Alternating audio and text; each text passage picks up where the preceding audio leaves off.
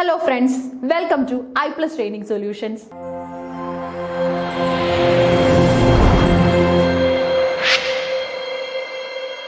ഇന്നത്തെ വീഡിയോയിലൂടെ നമ്മൾ ഡിസ്കസ് ചെയ്യാനായിട്ട് പോകുന്നത് സോഷ്യൽ കൺസ്ട്രക്റ്റിവിസം എന്ന ടോപ്പിക്കാണ്. ഓക്കെ, സോഷ്യൽ കൺസ്ട്രക്റ്റിവിസം നമ്മുടെ വയഗോട്സ്കി ആണ് ഈ ഒരു ഇമ്പോർട്ടന്റ് ആയിട്ടുള്ള തിയറി നമ്മളെ മനസ്സിലാക്കി തരുന്നത്. ഓക്കെ, സോ വളരെ ഇമ്പോർട്ടന്റ് ആയിട്ടുള്ള ടോപ്പിക്കാണ് സോഷ്യൽ കൺസ്ട്രക്റ്റിവിസം. ഈ ഒരു ടോപ്പിക്കാണ് ഇന്ന് നമ്മൾ നോക്കാനായിട്ട് പോകുന്നത്. ലെവ് വൈഗോട്സ്കി എന്ന് പറയുന്ന സൈക്കോളജിസ്റ്റിനെ കുറിച്ച് നിങ്ങൾ കേട്ടിട്ടുണ്ടാവും. ലെവ് വൈഗോട്സ്കി 1896 മുതൽ 1934 വരെയാണ് ഇദ്ദേഹത്തിന്റെ കാലഘട്ടം. 1896 മുതൽ 1934 വരെ was A Russian and Soviet psychologist, best known for his work on psychological development in children and creating the framework known as cultural historical activity theory. Okay, അതായത് കുട്ടികളുടെ സൈക്കോളജി മനസ്സിലാക്കി, അതായത് പഠനത്തിലടക്കം കുട്ടികൾക്ക് എന്തൊക്കെ തരത്തിലുള്ള ഡിസ്റ്റർബൻസുകൾ ഉണ്ടാവാൻ സാധ്യതയുണ്ട്, അതെങ്ങനെയൊക്കെ നമുക്ക് എലിമിനേറ്റ് ചെയ്യാം, ഇങ്ങനെയുള്ള ഒരുപാട് കാര്യങ്ങളിൽ ഡീപ് സർവേ നടത്തുന്ന ഒരു വ്യക്തി കൂടെയായിരുന്നു റഷ്യൻ സൈക്കോളജിസ്റ്റ് ആയിട്ടുള്ള നമ്മുടെ വൈഗോട്സ്കി. ഓക്കെ, അപ്പോൾ വൈഗോട്സ്കി കൊണ്ടുവന്ന ഒരു തിയറിയാണ് സോഷ്യൽ കൺസ്ട്രക്റ്റിവിസം എന്ന് പറയുന്നത്. കൺസ്ട്രക്റ്റിവിസം എന്ന് പറഞ്ഞാൽ ഓൾറെഡി നമുക്കൊരു തിയറി ഉണ്ട്, അതുമായിട്ട് അറ്റാച്ച് ചെയ്ത് തന്നെയാണ് സോഷ്യൽ കൺസ്ട്രക്റ്റിവിസം കാണാൻ പറ്റുന്നത്. പിന്നെ കൊഗ്നിറ്റീവ് സൈക്കോളജി അല്ലെങ്കിൽ കൊഗ്നിറ്റീവ് തിയറീസിൽ സോഷ്യോ കൾച്ചറൽ തിയറി എന്ന് പറയുന്ന ഒരു ഐഡിയ കൂടെ ക്ലബ് ചെയ്യാനായിട്ട് ശ്രമിച്ചതും നമ്മുടെ വൈഗോട്സ്കിയാണ്. ഓക്കെ, അപ്പോൾ ജീൻ പിയാഷെ അടക്കമുള്ള ഫേമസ് ആയിട്ടുള്ള തിയറിസ്റ്റുകളെയാണ് നിങ്ങൾ കൊഗ്നിറ്റിവിസത്തിൽ കാണുന്നത്. അതിനകത്തിലും സോഷ്യൽ കൺസ്ട്രക്റ്റിവിസം വരുന്നുണ്ട് എന്നുള്ള ആശയം മുന്നോട്ട് വെച്ചത് വൈഗോട്സ്കിയാണ്. ഓക്കെ, സോ ഇതാണ് ലെവ് വൈഗോട്സ്കിയുടെ ഒരു പോർട്രൈറ്റ് എന്ന് പറയുന്നത്. സോ നമുക്ക് അദ്ദേഹത്തെ കുറിച്ചുള്ള കുറച്ച് പോയിന്റ് ഓഫ് വ്യൂസും അതുപോലെ തന്നെ തിയറിയും പരിചയപ്പെടാം. Lev Vygotsky social constructivism theory emphasizes that learning is a social process. ശരിയല്ലേ? ലേണിംഗ് എന്ന് പറയുന്നത് നമ്മുടെ ചുറ്റുപാടുമായി കൂടെ ബന്ധപ്പെട്ട ഒരു പ്രോസസ് ആണ്. Okay, where knowledge is actively constructed through interaction with others and within a cultural context. ഒരു ക്ലാസ് റൂമിൽ നിന്ന് നമ്മൾ പഠിക്കുന്ന കാര്യങ്ങളുണ്ട്, ടീച്ചർ നമ്മളെ പഠിപ്പിക്കുന്ന കാര്യങ്ങളുണ്ട്, നമ്മുടെ കൂട്ടുകാരിൽ നിന്ന് നമ്മൾ പഠിക്കുന്ന കാര്യങ്ങളുണ്ട്, നമ്മുടെ സ്കൂളിലേക്കുള്ള യാത്രയിൽ അല്ലെങ്കിൽ മടക്ക യാത്രയിലൊക്കെ നമ്മൾ പഠിക്കുന്ന കാര്യങ്ങളുണ്ട്, ട്രാവൽ ചെയ്തും ആൾക്കാരോട് സംസാരിച്ചും ഒക്കെ തന്നെ നമ്മൾ നമ്മുടെ നോളജ് ഇങ്ങനെ എൻറിച്ച് ചെയ്തുകൊണ്ടിരിക്കുക അല്ലെ. ഓരോ ദിവസവും കുറച്ചധികം ഇമോഷൻസും കുറച്ചധികം നോളജും മനസ്സിലാക്കിയിട്ട് തന്നെയാണ് നമ്മൾ ഉറങ്ങുന്നത്. ഓക്കെ, സോ ഈ ഒരു കോൺസെപ്റ്റിൽ തെറോ ആയിട്ട് ഐഡിയാസ് ഷെയർ ചെയ്ത ആളാണ് വൈഗോട്സ്കി. ഓക്കെ, അപ്പൊ എപ്പോഴും പഠനം എന്ന് പറയുന്നത് നമ്മുടെ ചുറ്റുപാടുമായി ബന്ധപ്പെട്ടതാണ്.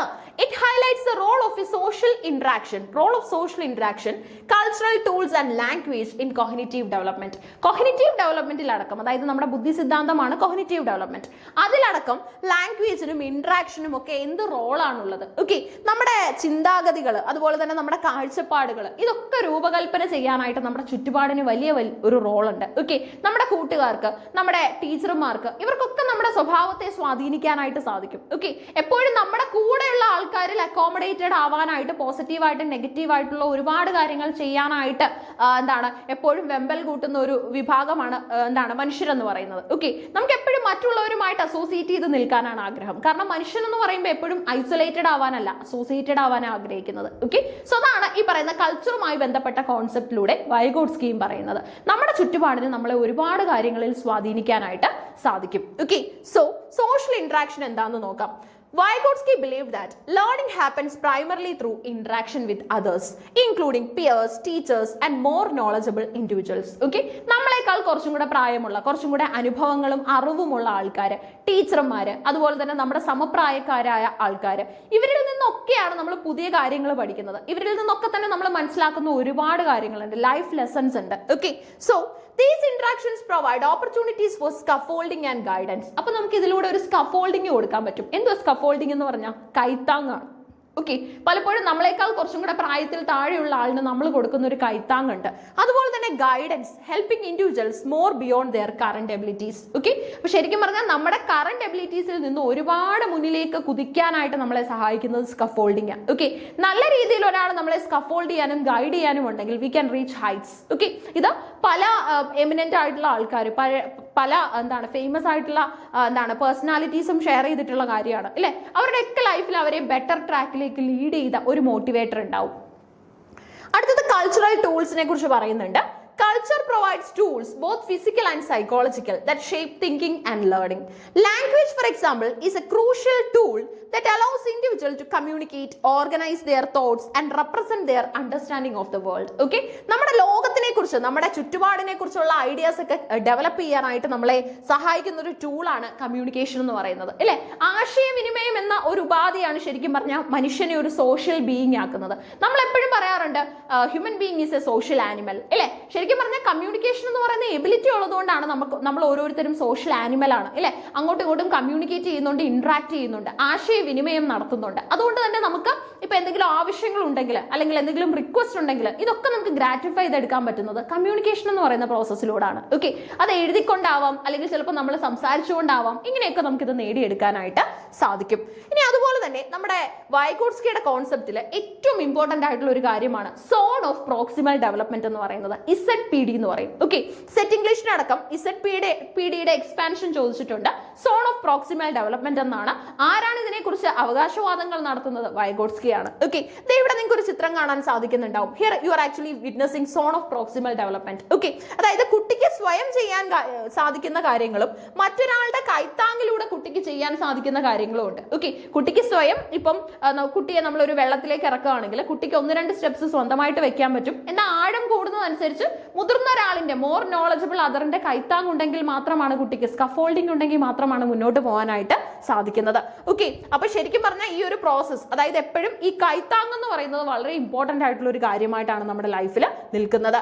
This concept describes the gap between what learner can do independently and what they can achieve with guidance or collaboration. Okay, അതായത് ഒരാൾക്ക് സ്വയം എന്ത് ചെയ്യാൻ സാധിക്കും, ഇനി മറ്റൊരാളുടെ ഗൈഡൻസിലൂടെയോ അല്ലെങ്കിൽ മറ്റൊരാളിന്റെ കൊളാബറേഷനിലൂടെ. ഇവിടെ നിങ്ങൾ കാണുന്നത് കൊളാബറേറ്റീവ് ആയിട്ടുള്ള ഒരു ടാസ്ക് ആണ് അല്ലെ. അതായത് 3 people are engaging in one task. Okay, അവർ കൊളാബറേറ്റ് ചെയ്താണ് അത് ചെയ്യുന്നത്. അതുപോലെ തന്നെ here you can see a child being moulded through scaffolding. സ്കഫോൾഡിലൂടെ എങ്ങനെയാണ് ഈ കുട്ടി ഇവിടെ മോൾഡ് ചെയ്യപ്പെടുന്നത് നമ്മൾ കാണുന്നുണ്ട് അല്ലെ.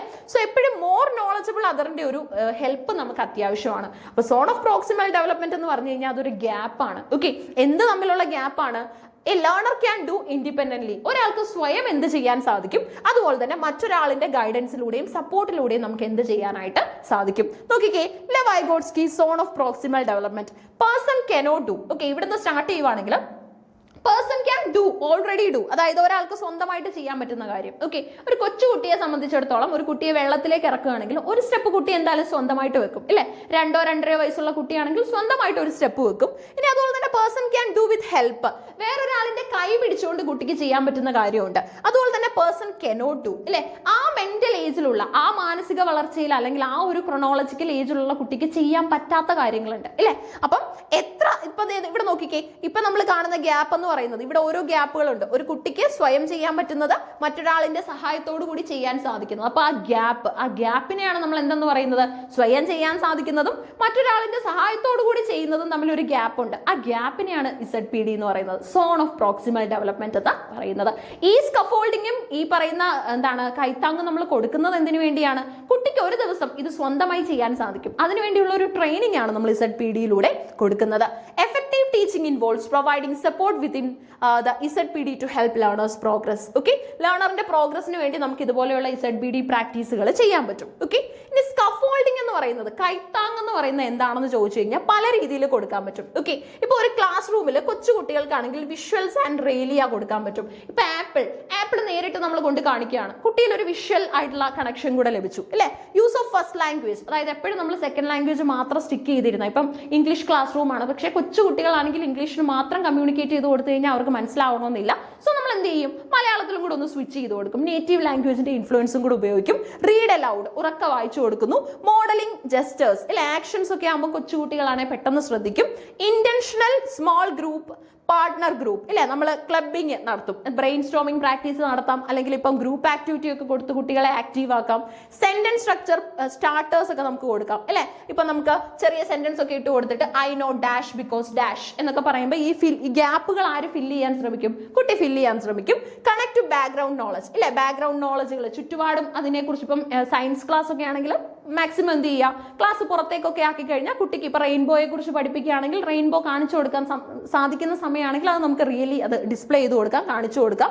ഗ്രാഫിക് ഓർഗനൈസേഴ്സ് ഒക്കെ എടുക്കാം. ഓക്കെ, ഇന്നത്തെ നമ്മുടെ ക്ലാസ് റൂമുകൾ ICT അല്ലെ, ഇൻഫർമേഷൻ ആൻഡ് കമ്മ്യൂണിക്കേഷൻ ടെക്നോളജിയുടെ സപ്പോർട്ടോട് കൂടി ഉള്ളതായതുകൊണ്ട് തന്നെ വളരെ ഈസി ആയിട്ട് നമുക്ക് ഇന്ന് ഇതൊക്കെ തന്നെ പ്രാക്ടീസ് ചെയ്യാൻ പറ്റും. Okay, this refers to the temporary support provided by a more knowledgeable individual to help a learner accomplish task within their ZPD. അതായത് ഈ കൈത്താങ്, ഈ ZPD എന്ന് പറയുന്നത് നമ്മൾ എപ്പോഴും കൊടുക്കത്തില്ല, കുറച്ചു നേരം മാത്രമേ കൊടുക്കൂ. ഒരു കൊച്ചുകുട്ടിയെ സൈക്കിൾ പഠിപ്പിക്കുകയാണെങ്കിൽ എപ്പോഴും നമ്മൾ സൈക്കിളിന്റെ പിന്നിൽ പിടിക്കില്ല. കുട്ടി സ്വന്തമായിട്ട് അതൊന്ന് ഓക്കെ ആയി, ബാലൻസ് ആയി എന്ന് തോന്നുമ്പോൾ തന്നെ നമ്മൾ കൈ എടുക്കാൻ ശ്രമിക്കും, കുട്ടിക്ക് സ്വയം ആ ഒരു കാര്യം എക്സസൈസ് ചെയ്യാനായിട്ട് പറ്റാൻ വേണ്ടി. Okay, so this support is gradually withdrawn as the learner becomes more competent. Okay, learner competent ആവുന്നതനുസരിച്ച് നമ്മൾ ഇതിൽ നിന്ന് വിഡ്രോ ചെയ്യും. ലാംഗ്വേജ് ആൻഡ് തോട്ടിനെ കുറിച്ചും വൈഗോട്സ്കി പറയുന്നുണ്ട്. Vygotsky viewed language as A primary tool for cognitive development. Cognitive developmentനുള്ള ഒരു primary tool ആണ് language.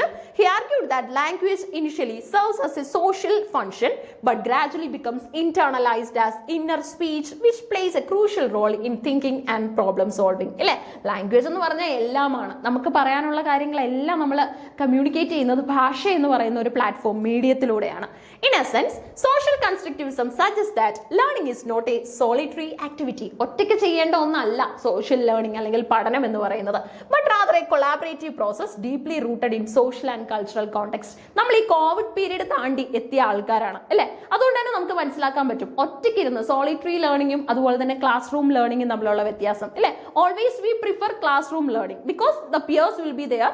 അതുപോലെ തന്നെ അങ്ങോട്ടും ഇങ്ങോട്ടുള്ള ഇന്ററാക്ഷൻ, നമ്മൾ ഇവരുടെ കൂടെ ഇരുന്ന് പഠിക്കുമ്പോൾ അതിന്റെ റിഫ്ലക്ഷൻ എന്ന് പറയുന്നത് ആ ഒരു സോളിറ്ററി ലേണിംഗിനേക്കാൾ വളരെ കൂടുതലായിരിക്കും. ഓക്കെ, അപ്പൊ എപ്പോഴും ഇങ്ങനെയുള്ള ഗ്രൂപ്പ് ലേണിംഗിനെയൊക്കെ സപ്പോർട്ട് ചെയ്യുന്ന വളരെ ഇമ്പോർട്ടന്റ് ആയിട്ടുള്ള ഒരു റഷ്യൻ സൈക്കോളജിസ്റ്റ് ആണ് നമ്മുടെ വൈഗോട്സ്കി. വൈഗോട്സ്കിയുടെ സ്കഫോൾഡിങ് അതുപോലെ തന്നെ സോൺ ഓഫ് പ്രോക്സിമൽ ഡെവലപ്മെന്റ് അടക്കമുള്ള തിയറീസ് കൃത്യമായിട്ട് പരീക്ഷയ്ക്ക് വേണ്ടി നോക്കി വെക്കണം. ഓക്കെ, ക്വസ്റ്റ്യൻ ഷുവർ ആയിട്ടുള്ള ഒരു മേഖല കൂടെയാണ്. Thank you all of U.